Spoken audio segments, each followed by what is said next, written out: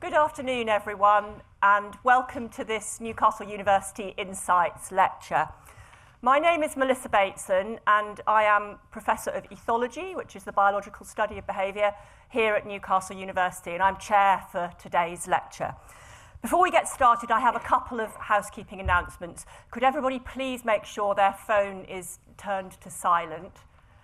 And also, we're not expecting a fire alarm, so if the fire alarm goes off, please follow the directions of the stewards and make your way out into the car park. There will be an opportunity for questions following the lecture today. So it's a huge pleasure to introduce my colleague and friend, Dr Vivek Nityananda. Vivek received his PhD from the Indian Institute of Science, Bengaluru.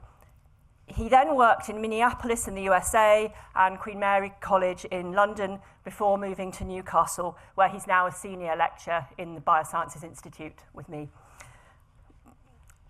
Vivek researches insect vision, cognition, and welfare. He's also interested in pessimism and optimism and has recently published his first book on overconfidence, if you're interested in following up more of his work after today. He collaborates with researchers in the arts and humanities very regularly and communicates science through cartoons, animation, and plays. So we might have an interesting treat in store for us today. I think today Vivek's going to be posing the question, could bees have emotions? So, Vivek. Excellent.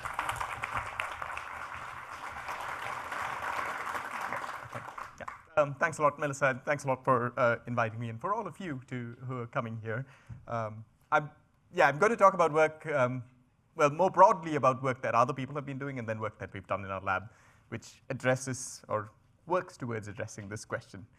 But I've pitched the talk really broadly, and I'm not necessarily pushing one story, so you can make up your minds, hopefully, after the talk, what you think after seeing the evidence. I'm going to start, though. I put in a bit of an introduction, but I think most of it has been covered by Melissa. These are my research interests. I research animal behavior more broadly, but I've actually studied a whole range of different animals, often insects, so bush crickets, sometimes called katydids, praying mantises and bees, but also frogs, and a little bit on humans as well, looking at psychology. I just also wanted to thank my funders, who the work I'm presenting today will be from. But I also wanted to first acknowledge that science, I might be here presenting the results, but science is often teamwork, so just to for all the people who, well, not all the people who worked in the lab, but the people who have been part of my team, and I think most of the work which I'll be presenting from is my PhD student, Olga Prochenko. I also wanted to acknowledge the Center for Behavior and Evolution, as it was, I guess, at Newcastle, because a lot of my colleagues there and in my current department have really influenced a lot of my thinking and all of the debates which I'll be talking about here. Okay, so to start off with, just a little bit about bees, just in case people needed a little bit of a reminder. Bees are often social insects. Many species of bees are social, but some are not. Some can be solitary. You have one reproductive individual, which is the queen, and several workers who are not reproductive. And you have often a division of labor, so different tasks are assigned to different groups of bees. They all together take care of the brood, and the workers often will be the ones who are going out to forage for nectar and pollen. So that's the context in which our experiments are set. We do most of our experiments in the lab, so it's sometimes a bit removed from this context, but this is what the bees are presumably trying to do, to forage for nectar and pollen. The other important thing, I guess, to the case to make is that bees are actually smart in certain kinds of ways. So we often think of insects, perhaps not bees, but we often think of insects as kind of tiny robots with very stereotypical responses. But I just wanted to highlight that, at least with a lot of research over decades of research, we know that bees can have very flexible behavior, and they can do surprising things. Whether they do it like us or not, of course, I think is the main question. So they can, for example, of course, learn which flowers are rewarding and which traits of flowers, so they can learn colors or odors and various things, and use that to decide what's rewarding. They can also learn routes and be very efficient about routes which they go to between flowers. there's now lots of evidence to show that they also learn from each other, or at least from observing other bees, or moving towards other bees. Again, whether that's similar to social learning or in humans or not is something that I think we need to be careful about. In the lab, in kind of fairly artificial setups, they can be kind of made to learn or forced to learn or perform behavior which seems to suggest that they can understand concepts of above and below, or same and different, including and numbers and faces.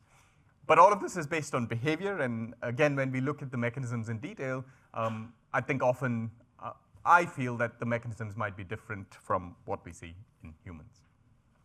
So I think with this kind of really complex behavior, or at least the behavior-wise complex which we can see, one of the questions which people have been asking a lot more recently is whether they could actually have emotions. But I'm going to keep this first start broader. I want to touch at least on one experiment which has looked at emotions in flies. So I'm going to ask whether we'll touch on studying emotions in insects more generally first. And the question of whether insects have emotions is actually, again, fairly old. I mean, any question you ask has been asked many times before by many people. But some of the people who first were talking about it, let's say, maybe I wouldn't even say first, but who we can often trace back where things come from. And of course, a lot of this kind of work, when we think about the evolution of different states, we often, Darwin has speculated and talked about almost everything. So Darwin did talk about insects having things like anger and terror and jealousy and love, without any experimental proof, of course, but it was kind of his, I would suggest, anthropomorphism, looking at how insects behave and reading into that. Similarly, Charles Henry Turner, who worked in the US, said that one had this sentence in one of his small monographs saying that if you look at these two Ammophilus, which were wasps, you could see evidence that insects have emotions. Again, there was no clear conceptualization of emotions or test in any way, but people were thinking about it for a long time. You might then ask, okay, how do we look at it more rigorously? But first, I think even before that, you might want to ask, and I actually am pretty sure a couple of people have asked me this more directly, is why you want to study this at all. Like, I'm sure for some of you at least, or at least for maybe the ones who didn't come to the talk, the question itself is absurd. Why would you want to ask this question? There are two reasons I could think of for really asking this question. And the one is that if there is some kind of common thing which we can call emotions across very different animals, studying it in very different animals tells us what are these basic elements that constitute emotions, and whether we can actually get at that common principles that we can find in many, many different animals. The other, and this is increasingly what people are talking about, is it helps us understand how we should perhaps interact with bees or other insects. And some of this is really coming from an animal welfare perspective, and the idea is that if we do find more complex, if you like, inner lives for insects, we might need to take them into consideration when we think of welfare laws. And that's something that people are increasingly really making a strong case for. So to understand that question, you really need to be able to ask and find out whether insects have emotions. But then, to do that, you first need to define emotions. And people have, and I should say, this is, I guess, a hangover from my scientific talks, where we put in references to papers here. So these are the authors of papers whose work I'll be talking about and when they published it. So this is a kind of it's not the exact wording that this paper uses, but this is the rough gist of how people conceptualize, how biologists, I should say, conceptualize emotions so that you can study them. So there's states that last, some kind of state, an internal state that lasts after they have been triggered, and they have a lot of effects on us. And this includes how we think, how we interpret new information, and our physiology, our nervous systems, all are affected by these states. And I think that's fair to say in terms of our emotions that could work well. One additional element which a lot of biologists add on, though, is that insects are about, emotions are about biology, and we have to separate them out from feelings. And this is what they say. Again, you might have a lot of questions about this, but we'll come to that later. And feelings are the more subjective component, which I at least interpret as being somewhat more self-reflexive or being aware of your emotions. And so they separate out these two. So when we are studying emotions as biologists, we are studying the biology and any changes that happen in behavior or in physiology. So we're not interested, and we can't get at often, whether other animals have this kind of understanding of their emotions. We'll come back to this slide at the end of the talk. So given this definition, people have tried to look at emotions in insects in 3 different ways, broadly categorized. I'll be mostly talking later about cognition, because that's what we've done, but I want to give you one example from behavior and briefly touch on physiology as well. So if you wanted to look at the behavior that could indicate emotions in insects, I'm going to give you an example from flies. And here they were interested in looking at anxiety. And flies have often been a kind of a model system to look at a whole range of biological phenomena, including psychological phenomena. And that's because largely we know a lot about the genetics of flies, so we can use that to then get at what genes might be involved, whether that's perfectly representative human or not. In this example, though, what they did was they had a paddle that would swoop over a dish containing flies, and the paddle was meant to imitate like a predator swooping over the flies. And they were measuring how the flies would respond when the paddle swooped over. And the idea is that that change in behavior would be demonstrating some kind of anxiety-like behavior. I've got a video from the paper of these scientists, and this is what it looks like. So you have a shadow, and after the shadow, what the flies do, you're able to see this, they're first walking normally, but after the shadow, they slowly start this hopping behavior. So that's the shadow, and another. And I hope you can see now that they're no longer just walking normally, but there's this increased kind of frantic hopping behavior. So they use this behavior as an indicator of anxiety, and again, if the shadow, the paddle stops going over them, they slowly stop the hopping behavior, although it takes a while, and then they go back to walking normally. Yeah, I hope all of you could see that, more or less. What they use this behavior to argue is that there are key features of emotions which have been ideally defined, and they show that these are the same traits that you can see in these flies. And some of them are that the response increases with the velocity and the frequency of these paddles passing over. So if you imagine something that makes you anxious, the more you encounter it, you get more and more anxious. So it scales upwards as you do this, and that's the kind of argument that they're making here. The next thing they said is that the behavior continues for seconds after the stimulus. So it's not like you're responding to something you see, which would be just more of a reflex, but it stays with you, that there's a state that continues for a while. So it persists in that sense.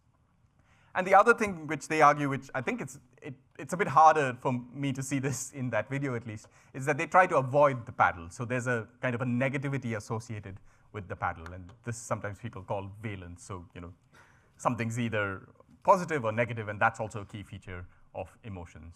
So they use these to argue that these key features, which maybe could define anxiety or define emotions, you can recreate even through this very simple setup. And that's the evidence they use for this. Now, if you're skeptical about this, then additional element which they talk about comes from their study of physiology. And here they're looking at the chemicals that are involved in defining this behavior. And one of the things they do, or I think it was a follow-up paper, is that they actually allow flies to have this, they administer anti-anxiety drugs, which are used in psychiatric conditions, which is like diazepam, and they providing that to the flies, and in similar studies with mice and rats, reduces what they have already defined as anxious behavior. So there's that correlation as well, that what we administer, what we think of as anti-anxiety drugs also helps reduce the same behavior you see in flies. And I'm not going to go into details of other experiments, but in other experiments which we've got here, and I'll be talking about the actual behavior later, you find that the same chemicals which have in humans been implicated to modify mood and reward perception also are reduced or change things in insects in experiments. So if you have a stressed insect, you find certain chemicals going down, which also correlate with what we see in humans. So at least chemically, it seems like perhaps the same chemicals are involved in these kinds of behaviors. For the rest of my talk, I'm going to be focusing on cognition, which is some kind of decision making, if you like, really broadly. And a lot of this research comes directly from the animal welfare literature. So in the animal welfare literature, they use this term called affective states, which broadly refers to things that are like both emotions, which are short-term states, or mood, which are longer-term. So you can be, say, depressed for a longer time, or you could be suddenly sad or happy. I think that's the idea between emotion and mood. Now, studying these states in different, typically livestock animals or farm animals, has been used to assess how well they're doing and how different conditions could influence them. So things like housing conditions and social interactions, for example. So you try to see, essentially, are your animals happy? Are they doing well based on different housing conditions? And how they do this often is using their judgments of ambiguity. So we're coming now to this idea, which of course you know, of a glass half full and glass half empty. And so that links to this idea of optimism and pessimism. So the idea is that when you are in a pessimistic mood, you might then view this stimulus as a glass half empty. When you are in an optimistic mood, you might view this as a glass half full. Can we try to recreate something similar for other animals? So they've done this for farm animals. And how they do this typically, I'll show you an example. I'll talk about examples immediately afterwards, is that they have ambiguous stimuli, just like our glass. And we ask the animals to look at their behavior to see whether they interpret this ambiguous stimulus as something positive or something less positive or negative. And this approach has been used in many animals. I've just put in some of the different animals which we've seen here, including in bees and in insects. So the first people to look at that in bees, so I'm going to outline what we know right now in both pessimism and optimism in bees. And the first people to look at that in bees looked at pessimism in bees, and this was a paper led by Melissa, who introduced me, and done here at Newcastle. So with bees, you often use this, with honeybees especially, you often use this behavior where the bee sticks out its tongue if it's expecting a reward, or its proboscis, as they call, or doesn't if it wants to reject the reward which it's got. And what the study did was it trained the bees to associate one odor or one combination of odors with reward. So that's symbolized, say, by this red rose here. And the opposite combination of odors with a negative quinine solution.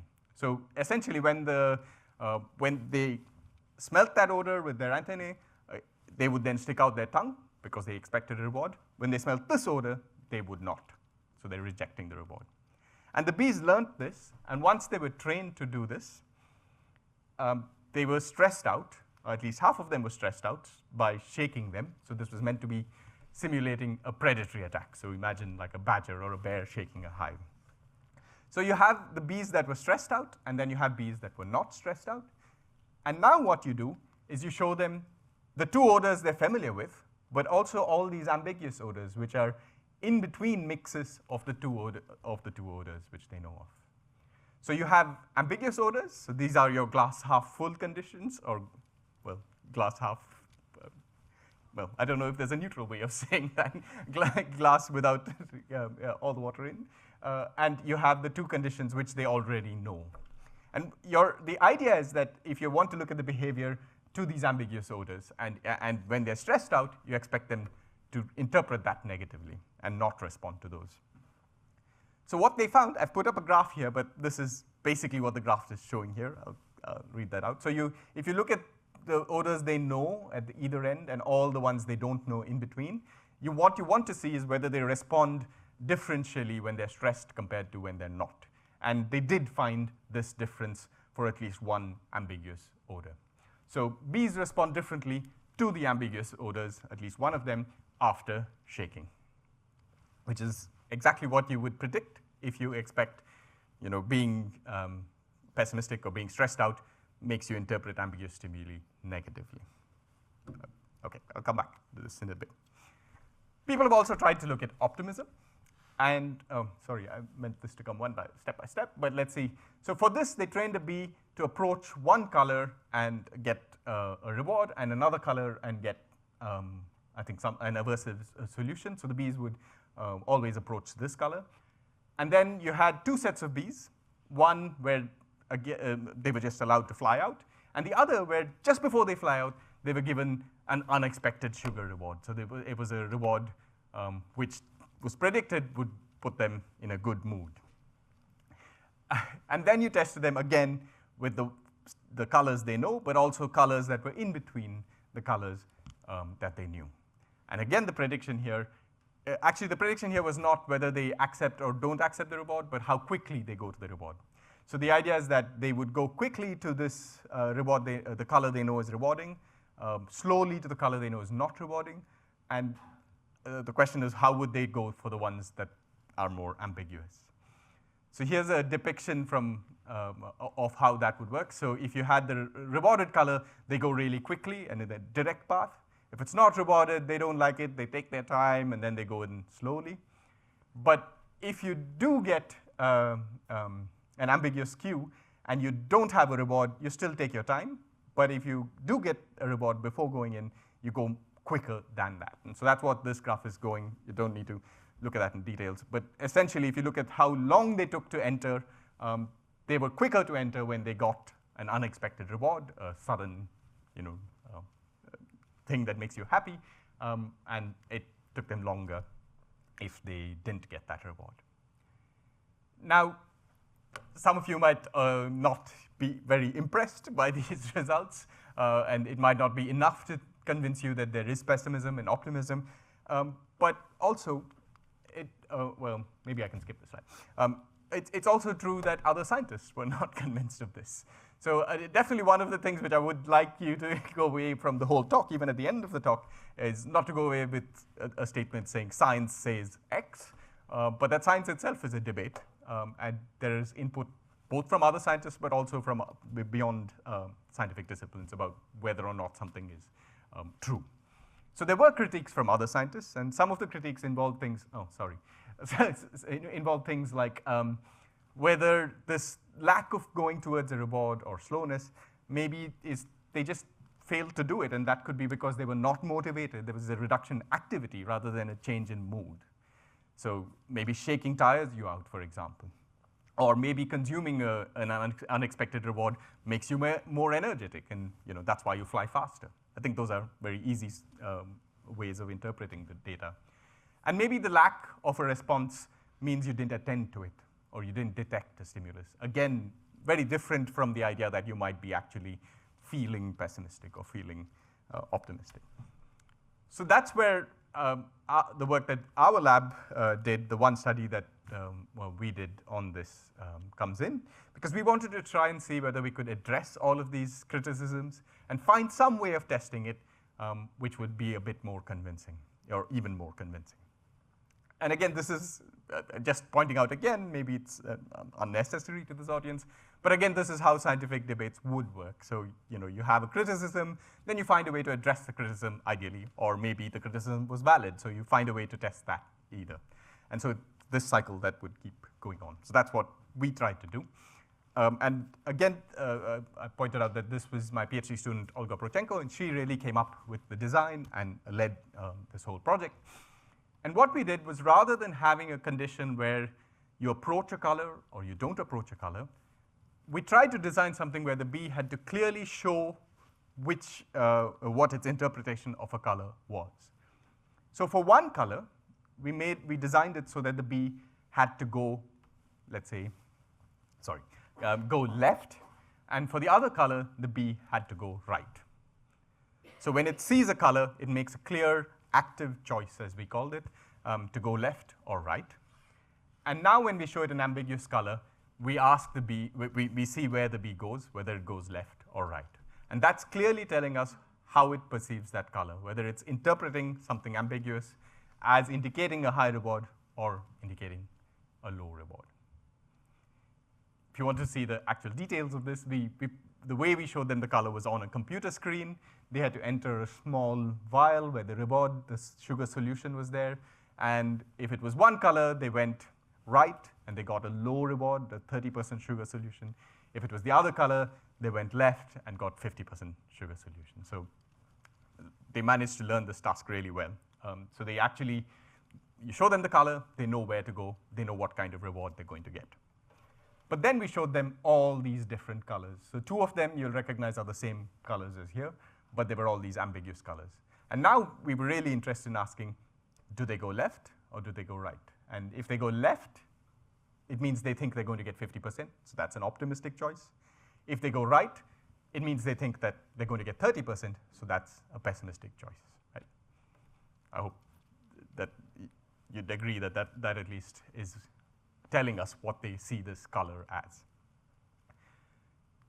And then what we did, we had different conditions. One, to stress them out, one was shaking, like the previous paper had done. So that was meant to stress them out. We also tried another kind of predation, which is more like perhaps a spider catching a bee, so it was just holding them down with a sponge for 2 seconds before releasing them. And then we had a condition which we call control condition, which was basically where we did nothing to the bees.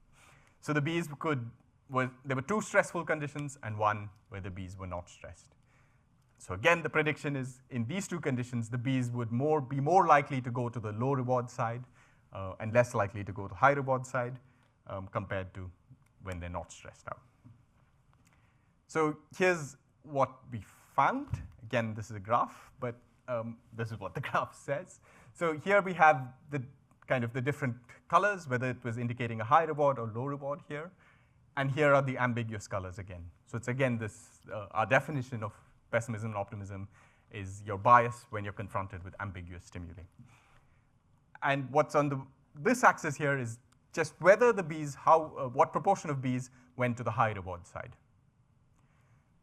And you can see that when you had ambiguous stimuli, this blue line is bees that were not stressed, and these other 2 lines are bees that were stressed. So bees that were stressed were less likely to go to the high reward side, and they were more likely to go to the low reward side when they were stressed. And you might say, well, like some of the previous work had been criticized, is this changing their perception, their learning, their memory? But if you look at these 2 points where these are the cues that they really know, they perform exactly like we expect them to. So if you show them the color that indicates a high reward, they go to the high reward. If you show them a color that indicates a low reward, they go to the low reward side. So they very clearly know what they're doing when there is no ambiguity. But when there is ambiguity in all these in-between regions, the stressed bees end up going away from the high reward and going towards the low reward. So the learning and the memory is not affected. It's only their response to ambiguity is affected.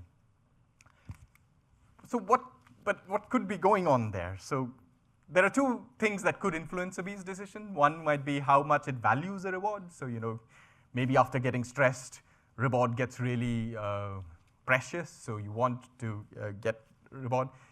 But that couldn't explain why the bees move away from high reward. Because if you move away from high reward, that means you're actually valuing the low sugar more than the high sugar, which, well, at least we think, and hopefully you'll agree, is unlikely, and there's no reason why they should value low sugar more than the high sugar. The other thing that could be happening is that it changes how likely they think getting a high reward is. So they see something ambiguous, and then they feel, oh, it's unlikely to be indicating high reward. And so if they have some threshold of certainty with which they need to go to the high reward, that threshold has basically gotten much higher. So this, we think, is the best explanation for our results. So basically that when they see something ambiguous now, they think it's less likely that it's going to be indicating high rewards. They think, if you like, that good things are less likely to happen in a very kind of anthropomorphic way of putting it. But it certainly seems that it's changed their expectations of getting a high reward, and that's the best explanation we have for our data, which, again, it really chimes well with the idea of pessimism and perhaps some kind of state change resembling emotions. So from all of these experiments, and certainly from that last study, the main thing to take home is that when the bees are stressed or agitated, they seem to show these pessimistic biases, and even when they make clear choices in active choice tests to show what they indicate of something ambiguous. So we still see this. The changes that we've seen in the last experiment, you can't explain them by motivation, not by learning or memory changes, because we've controlled for all of that. And our guess at what's happening is that it seems like they've changed how much they expect reward, which really fits in with the idea of pessimism. So, what does all this mean for the first question? So I'll spend some time trying to think about how we think about these results. And I think to first address this, one way of doing it is to immediately jump to the conclusion perhaps some people want to make, and often you find reports in the media like this, and this wasn't about our results but about previous results, which just says bees have feelings too. And that's an easy way of taking home what you find, or like I said previously, scientists say that bees have emotions. But I think the way, certainly as scientists, one of the things we really look at is how robust are any results we find. And I think what I want to get from this slide and the discussion from here is also for all of us to think about how we think about scientific results when they're present in the media or when we encounter them. And the other is to think about how the terms are defined, and especially with something like emotions, or it could be many other things. The definition of the terms can really make a difference, and what these results are measuring. I'll tell you what I mean in just a second. But the first, to look at the first one, I think, which I've kind of translated, if you like, is asking how often do we see similar results. And I think with many, we've got now a fair number of studies which have looked at similar kind of biases in insects, and specifically in bees, and we do see this similar kind of responses often enough. So I think no study has really shown no change at all. So I feel that there's at least some kind of reliability in this idea that we do find a change with stressful behavior. And again, it's come from multiple studies in multiple labs, again giving me a bit more confidence that this really is true. So that's another way which we can evaluate any result we find. Who's saying it? How often has it been shown? In terms of the definition of the terms, again, what do we mean by emotions? So do we mean exactly the same kind of states that human beings have? And I think some of that, perhaps the same chemicals we know seem to be involved, so maybe there is some link there. That's one argument you could make. We could also ask if these are states that come from the same root, from some ancestor way before insects and human beings. And that's one way to ask the same question. But also we could ask, do they serve the same purposes as they do in humans? So do they lead to the same outcomes? And again, one way I like to think about this is the idea of contrasting origins versus functions. So if we take wings and we look at, say, bat wings. So bat wings come from the same ancestral root as bird wings, but also human arms. But they don't serve quite the same functions as in humans and bats. But bat wings and insect wings are very different, but they do.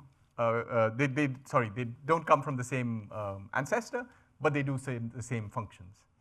So in terms of the question about emotions, the question is whether emotions derive from the same root like bat wings and human arms, or whether they serve the same functions like insect wings and bat wings. That's something we don't know yet, but I think it's something to do with the definition. So do you want to define an emotion as something that serves the same function, or do you want to define emotion as something that comes from the same root? I think that's open, and I think I'm personally biased maybe towards the same function, just like we would say, insects and bats fly, or both have wings, and there's no controversy about that. The second thing I think is, if we go back to the definition of emotions, and especially this part of the definition, where biologists try to separate out this component of awareness of the emotion versus the biological component of the emotion. I think this is something that science often does. To study any phenomenon, certainly even psychological phenomenon, you need to have a definition which you can measure, which you can test, which you can quantify in many ways. And so you try to find a definition that best fits that and which covers as much of how we understand it. But that's still, a restrictive definition. And if you ask, a collaborator of mine who's not a scientist actually brought up the definition from the Oxford English Dictionary, and there are aspects there which perhaps don't fit that same definition that biologists have given. Some that do, perhaps mental state could fit if you accept that bees have minds. But the definition of, in the dictionary at least, of emotion includes the idea of feeling and perhaps some awareness. So whether or not, I think that's something fairly open of whether awareness is needed to define something as an emotion. And I think to look at this and to understand this better, we really need to then maybe talk across disciplinary boundaries, and that's where input from other disciplines can come in, and of course, from all of you. And that's something I've really, it's come home to me because I'm also on a project interacting with the English and music departments. And I should say one of the people in the first slide is now also on this project. So we're really trying to do this across different disciplines, and this is a project funded by the Leverhulme Trust. So that's Jennifer Richards, who was at Newcastle University but has now moved to Cambridge, and she's leading the project. And I think in our conversations, this comes up. I mean, they're very polite, of course, with my definition of emotions and how we study emotions. But you can see that it doesn't quite sit well with how they think about emotions. And perhaps it doesn't sit as well with you as well. And what our project actually is doing, which actually kind of parallels these questions, is looking at this book by Charles Butler, from this, who is a 17th century vicar and beekeeper, and he calls himself an experimentalist. But he did find some really important discoveries, and one of the cases he makes, and that's why this book of his is called The Feminine Monarchy, is that beehives have a queen, whereas Aristotle, for example, thought it was a king, and so he got the sex of the insect wrong. But Charles Butler did find that out, so he found important, true scientific facts, but he also annotated the sounds of the bees they make and created music out of that.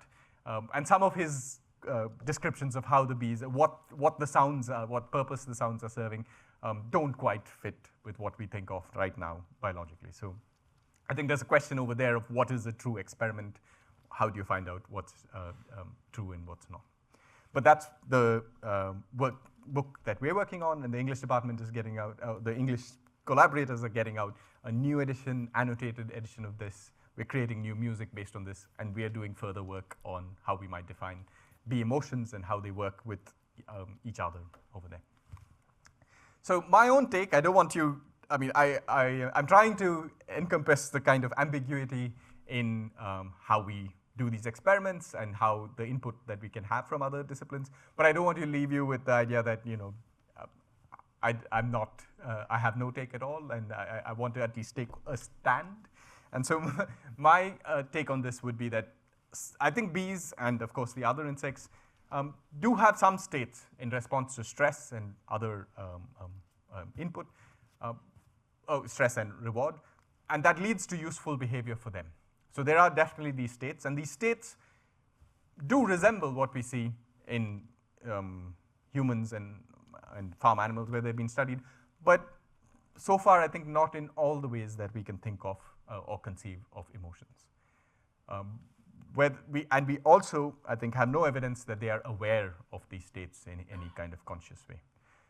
So I think that I would like to use the word emotion because it's a useful framework for looking at all these states, but I don't think that they have this kind of conscious state which emotions would be. At least we don't have I should say we don't have evidence so far. And there are, of course, people who are trying to look at that next. So we'll see what happens in a few years' time. I'm going to stop there, and I'm open to any questions. Thank you.